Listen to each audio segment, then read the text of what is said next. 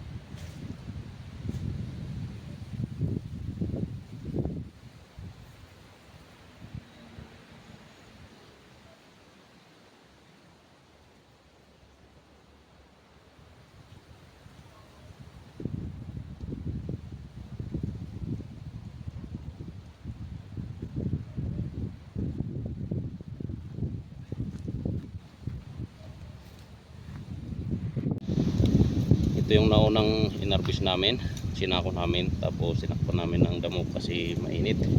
Tapos andun yung iba, tinago namin doon para hindi matamaan ng init. Ayan, bali ganyan po yung isang puno. Ayan, tapos ayun, bali ito pa lang yung hinuhukay namin, ay yung nahukay namin, pero 4 na sako na yan. Tapos plus ito, bali yan pa yung hukay namin, ganyang kaluwang. Tapos hanggang doon sa taas, ganun talaga masukal. Kasi hinayan namin na masukal pag nag-mature na yung luya. Bali ito yung luya, ganito yung puno niya. Ayan.